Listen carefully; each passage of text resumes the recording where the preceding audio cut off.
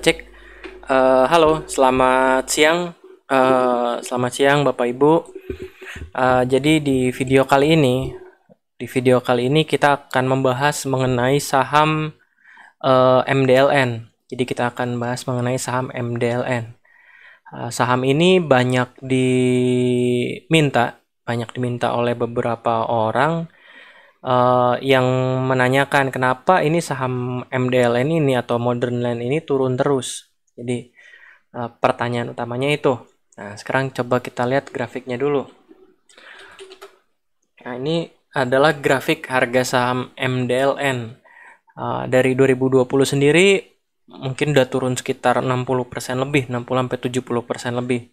Dari harga openingnya di 200-an, sekarang hanya tersisa di harga 61.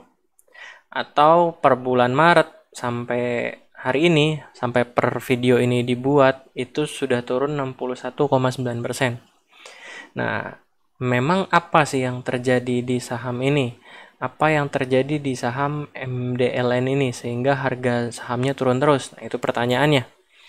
Nah, untuk alasan jelasnya saya pribadi nggak tahu. Untuk alasan jelasnya saya pribadi nggak tahu apa yang sedang terjadi di balik harga saham yang jatuh ini. Tapi saya percaya pada prinsip price discount everything.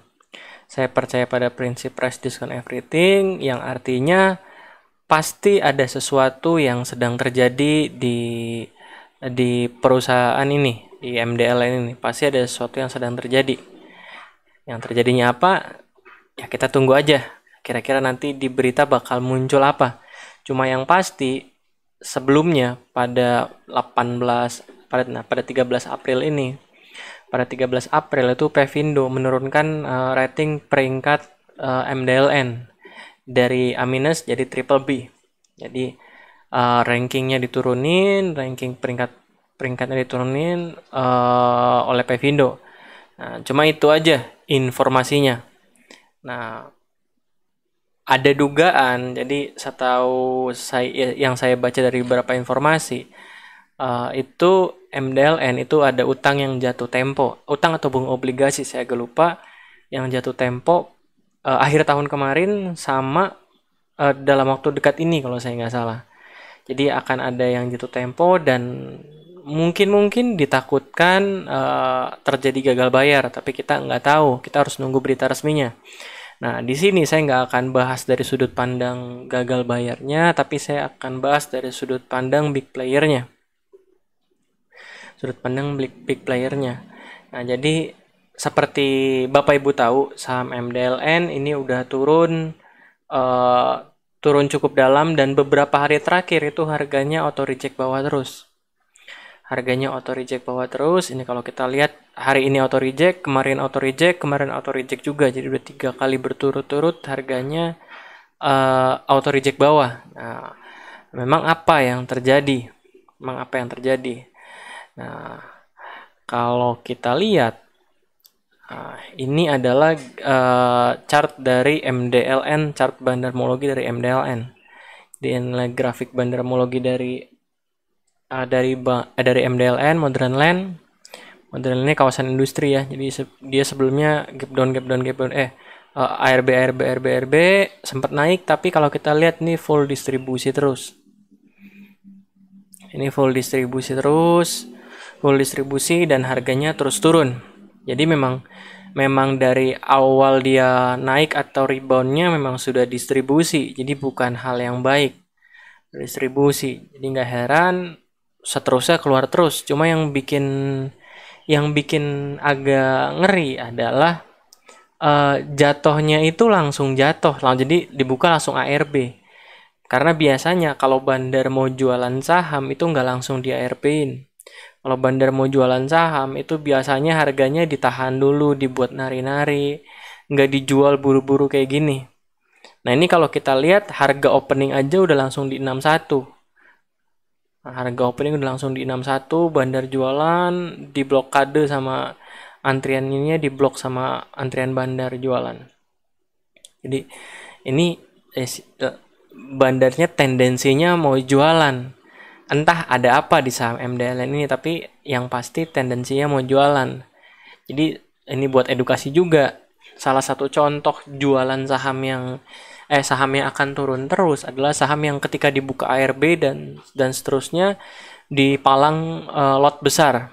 Dipalang lot besar di harga auto reject bawahnya. Itu salah satu indikasi kalau sahamnya mau turun lebih dalam. Itu contoh waktu itu di Mami juga kayak gitu. Waktu ARB di 200-an, antriannya besar, buka langsung ARB, dan sampai sekarang Mami di 50 kalau saya nggak salah, atau suspend ya.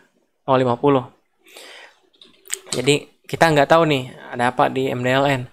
Nah, banyak pembelaan orang mengenai saham MDLN adalah investor asingnya belanja terus. Nah, sekarang coba kita lihat investor asingnya memang belanja terus ya. Coba kita lihat MDLN. Nah, ini untuk MDLN. Asingnya memang belanja terus. Tapi nanti dulu. Coba kita lihat korelasinya.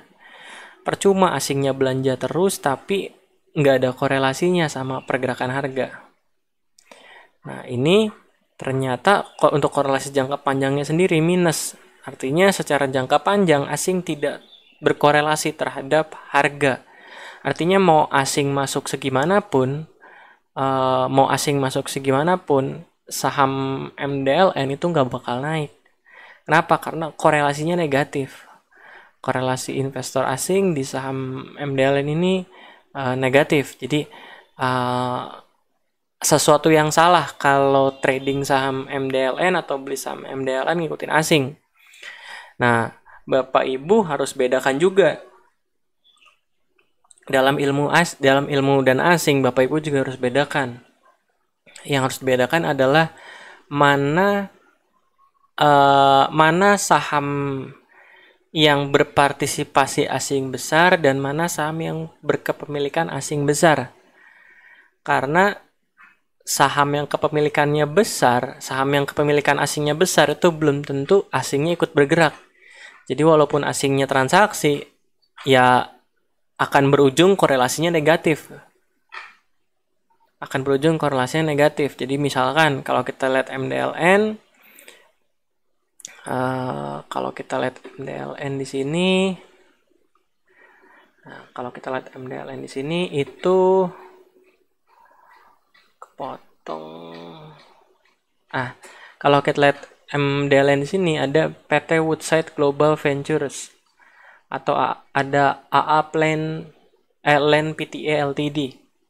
Nah, ini semua asing. Cuma mereka semua nggak trading. Jadi walaupun kepemilikan asing di saham MDLN besar, tapi asingnya nggak trading. Jadi makanya kenapa asing tidak berkorelasi di saham ini? Karena partisipasinya juga belum tentu besar. Sehingga korelasinya berujung korelasi yang kecil atau korelasi yang negatif. Jadi saham MDLN itu nggak bisa dianalisa oleh FF, reference flow. Jadi seperti itu. Nah, selanjutnya apakah MDLN akan naik lagi? Apakah MDLN akan naik? Kalau melihat penjualan yang segitu masif sih rasanya enggak sih. Coba kita lihat ya. Mungkin akan volatile, mungkin dekat 50 mungkin akan buka dulu. Gemboknya akan mulai naik menari-nari, tapi ujung-ujungnya seharusnya ada di 50 untuk saham MDLN. Nah, kita coba lihat aja kita lihat broker summary-nya. Kita lihat broker summary dari kejatuhan ini aja. 4 Mei coba kita lihat. 4 Mei, MDLN 4 Mei. Nah, kalau kita lihat 4 Mei itu ada broker TP sama YU yang jualan. TP sama YU, sementara retailnya dibayar semua. Dan ada GR. Retailnya dibayar semua dan ada GR. Kebetulan ada broker GR. Nah, jadi sekarang coba kita lihat dari 1 Maret. Nah, ini distribusi juga, dan kalau kita lihat investor retailnya itu rapih, YP, OD, NI, PD, KK, CC, dan masih ada GR. GR ini siapa? Setahu saya GR di MDLN itu bertindak sebagai sekuritas, bukan bertindak sebagai individu. Coba kita buka aja. Seingat saya ya, kita coba cek bareng-bareng. Terbuka informasi.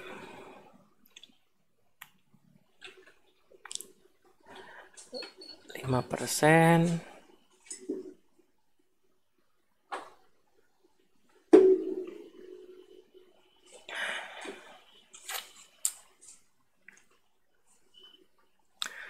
Nah, tunggu sebentar. Jadi ini adalah data kepemilikan 5%. Data kepemilikan 5%. MDLN. Nah, MDLN ada Honoris Corporindo Pratama. Ini saya nggak tahu siapa. Nah, jualan intinya si PT Honoris Corporindo Pratama ini lagi jualan.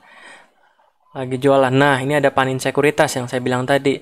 Jadi ini Panin Sekuritasnya sebagai institusi sekuritas. Jadi bukan karena retailnya banyak pegang sehingga nama Panin Sekuritas masuk, bukan, tapi karena ya Panin Sekuritasnya yang beli. Panin Sekuritasnya yang beli atas nama Panin Sekuritas. Nah, cuma saya pribadi nggak tahu apakah ini bentuk investasi langsung dari Panin Sekuritas atau ini merupakan saham repo. Karena biasanya kalau saham repo bisa aja. Saham repo bisa aja namanya atas nama Panin Sekuritas, itu bisa. Tapi kita nggak tahu yang pasti Panin Sekuritasnya bukan sebagai retail, tapi sebagai institusi. Sebagai institusi seperti itu. Yang pasti ada yang jualan. Honoris Corporindo Pratama ini jualannya ke siapa nggak tahu. Seperti itu. Tapi yang pasti dari sisi broker summary sendiri, saham MDLN itu retailnya udah dibayar semua. Jadi seharusnya kalau mau naik lagi pun naik lagi dalam artian balik ke 200-300 lagi, mungkin take time. Jadi enggak langsung, mungkin take time sih. Karena menurut saya ya tadi seperti di awal ada sesuatu yang terjadi di perusahaan ini yang mungkin publik belum tahu. Ada sesuatu yang terjadi di perusahaan ini yang mungkin publik belum tahu, karena dari broker summary-nya dan dari cara jualannya ini terlihat sekali ada pihak yang tahu sesuatu dan pengen keluar dengan cepat. Jadi bukan bandar yang mau cari untung dari pergerakan harga seperti itu. Oke, mungkin sampai di sini video tentang MDLN. Semoga bermanfaat. Jangan lupa like, komen, dan subscribe. Silakan kalau ada yang mau dibahas di kolom komentar, saham apa, silakan dibahas. Karena udah ada juga yang masuk. Cuma kayak kemarin ada yang minta Soci. Cuma masalahnya saya nggak ngerti bisnis kapal tanker. Soci kan kapal tanker, basic bisnisnya. Nah, saya nggak ngerti, jadi saya nggak berani komentar. Tapi mungkin dari bandarmologi nanti saya komentarin. Tapi silakan aja kalau ada yang mau saham apa yang dibahas atau ada hal yang ditanyakan, boleh kirim aja di kolom komentar. Semoga bermanfaat. Sampai berjumpa di video selanjutnya.